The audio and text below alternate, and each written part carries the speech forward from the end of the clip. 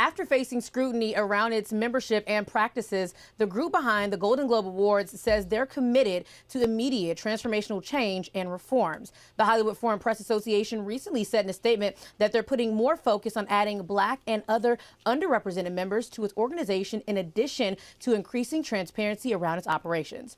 The group outlined initial steps that it will be taking over the next 60 days, including hiring independent experts to audit its bylaws and membership requirements, engaging in outreach to add Black professionals to the organization, hiring an independent law firm to review its policies, and to set up a confidential way for individuals to report violations.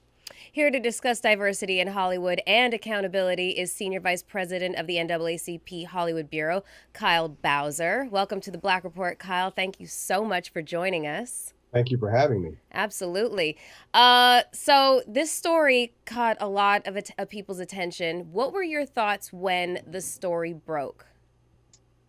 You know, initially, I tell you, I was actually taken aback, not so much about the substance of this specific story, but I read it in a particular trade magazine that used the headline to mention that no Black journalists were a part of the Hollywood Foreign Press. But then when you read the article, there was one sentence dedicated to that issue, and then there were 13 paragraphs about other issues related to Hollywood Foreign Press. So that really bothered me at first. But then once I did get into the substance of it, obviously we're concerned. The NAACP is very concerned about what's happening there. I'm glad you mentioned that one little sentence, because we're going to get into that in a little bit. So don't worry, we're going to talk more about that. But do you know if the NAACP had a chance to speak with the Hollywood Foreign Press Association at all? You know, since the beginning of this year, the Hollywood Bureau has taken a very proactive stance toward meeting with all the institutions that support the entertainment industry. We've already met with the Motion Picture Academy. We've met with the Television Academy. We met with the Recording Academy. Tomorrow, we're meeting with SAG and AFTRA. We have not yet met with the Hollywood Foreign Press. However, we did receive a call from their PR firm indicating they had an interest in sitting down with us. I'm hoping that this is not performative and is actually going to be, something of substance. People seem to believe that there were many Black American winners because of the controversy of no Black representation in the Hollywood Foreign Press Association. Do you think that there's some truth to that? You know, I have no way of speculating about any synchronicity between the people who won this year and the recent controversy. I do know this, however. Any Black performers or artists who won a Golden Globe deserved it. They achieved a performance level that was worthy of recognition, and they took home the hardware to prove it.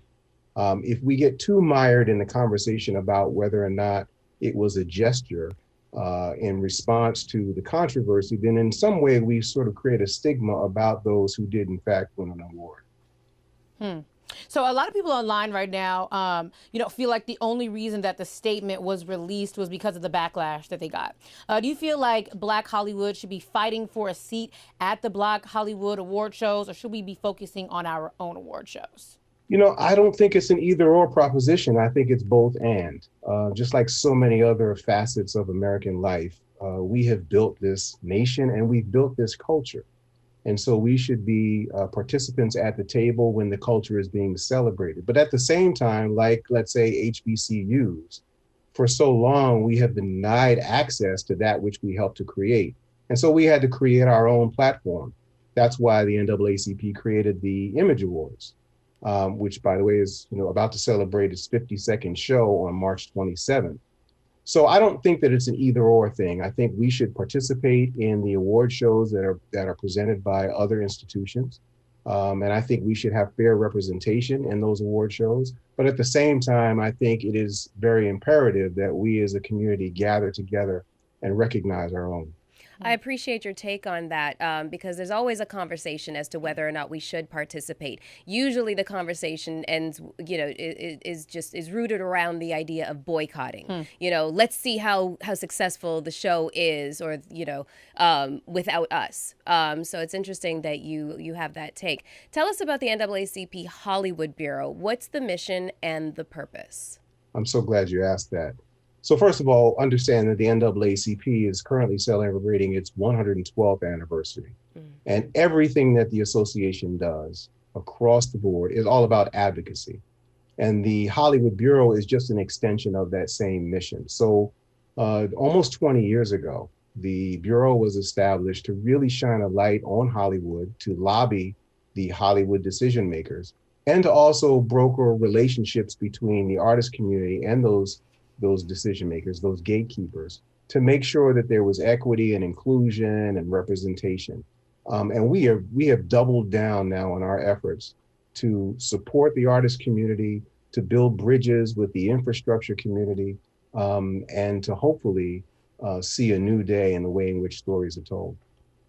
For our soulmates, just checking in, we're talking to Kyle Bowser, the vice president of the NAACP's Hollywood Bureau. So Kyle, when we first started, you mentioned this one little sentence. So a lot of people that might not know with one sentence we're talking about. So the Golden Globes also announced that they're bringing on a Black strategic diversity advisor for the next 5 years. So I want to know from you, the article had a lot in it, but that was just the only part that kind of attacked it. Do you feel like that's putting a Band-Aid over the issue, or actually gets to the root of the problem, which is what everyone was concerned about them not having a single Black member in their ranks?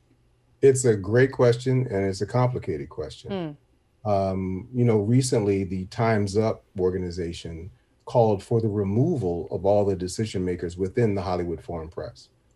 I don't know how much stock to put in their position on the subject, but if they have some weight to their argument, then it's those same decision makers who have now put this recovery plan in place. So, if A equals B and B equals C, then perhaps A and C have a relationship too, right? But the first thing I would start with is the mission statement of the Hollywood Foreign Press. And if I could, just for a second, to share some of the highlights of that. Please do.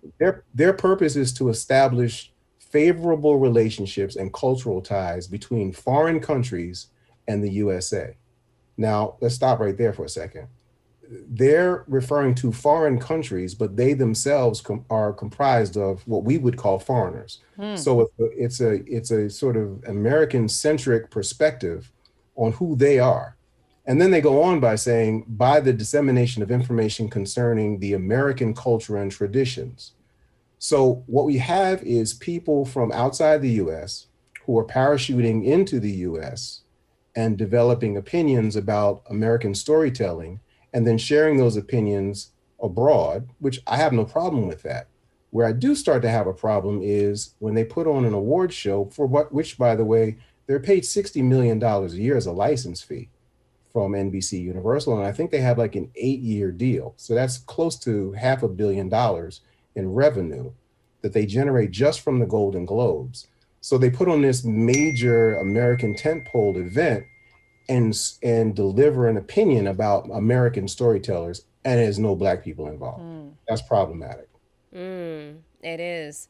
Another thing that is kind of problematic is the fact that Blacks are usually the trendsetters in just about every single industry you can think of, specifically entertainment industry, since that's what we're discussing. Yet we tend to be the workers instead of the owners and the true bosses. How can we go about changing that, and also the narrative? I think people should pursue their true calling. There are certain people in this world who enjoy being paid a fee, perhaps, a favorable fee, a substantial fee for the work that they do.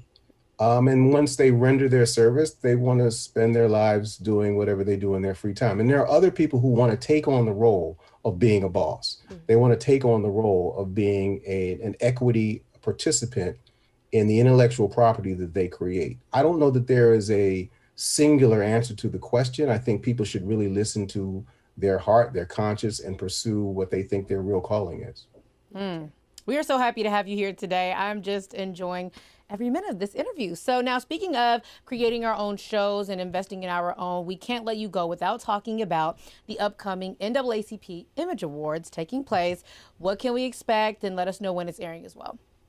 Well, like every other award show, we're having to contend with a global pandemic, and how do you do a major television broadcast under these conditions? What I like to remind people is, for the viewer at home, the experience is as it always has been. It's going to be a TV show. You can sit in your home, in your living room, on your sofa, and turn on your television, and you'll see a great performance. What we have to do on the production side, however, is capture all of this performance under some very challenging circumstances. Typically, there are high profile awards that are given out on television, and there are a whole host of awards that are given out outside of the TV broadcast. And we typically do a major gala event where that happens. Mm-hmm. We can't do that because it would be a super spreader event now. So what we've decided to do is 5 days of virtual programming that lead up to the big show on Saturday, March the 27th. So Monday through Friday on NAACPImageAwards.net, we're going to provide some wonderful content that I think the entire family will enjoy. Some of those conversations that I talked about between the NAACP and some of the other industry associations will actually be played back during those 5 days. And then, of course, the big show will be seen on CBS, on BET, and about 9 or 10 other Viacom platforms. And then immediately following the broadcast, we're going to ask people to return to our virtual space, where we're going to have a major gala after party with DJs and Questlove and DJ Kiss. And also we've got Robert Glasper and Layla Hathaway performing in a jazz concert. Wow, that sounds like it's going to be an incredible lineup. I will say that having attended the NAACP Gala, there's nothing like it, honestly, Kyle. Absolutely. Why is this award show, our final question, why is this award show so important for the Black community? Well, because it's us. Yeah. And, you know, the other thing that really distinguishes the Image Awards is we recognize achievements across the artistic disciplines. So there's television, there's film, there's music, there's literary works. We have a social media category this year. We're recognizing some social activists. We've had some very special awards that we're doing this year. You know, the TV Academy, of course, they focus with the Emmys, they focus on television programming. And the Film Academy, of course, is on motion pictures. The Grammys, of course, is all about music. But we take the entire artistic community into consideration, and we recognize them as we talked about, for too long they had gone unrecognized. And we should continue that tradition, even as the other awards progress and become, you know, more attuned with this moment of reckoning, I think is what they're calling it. Mm-hmm. We still need to show up for ourselves each and every year. Agreed. Thank you so much, Kyle. We really appreciated having this time with you. You are welcome back anytime. Thank you. I really appreciate it. All right. Take care.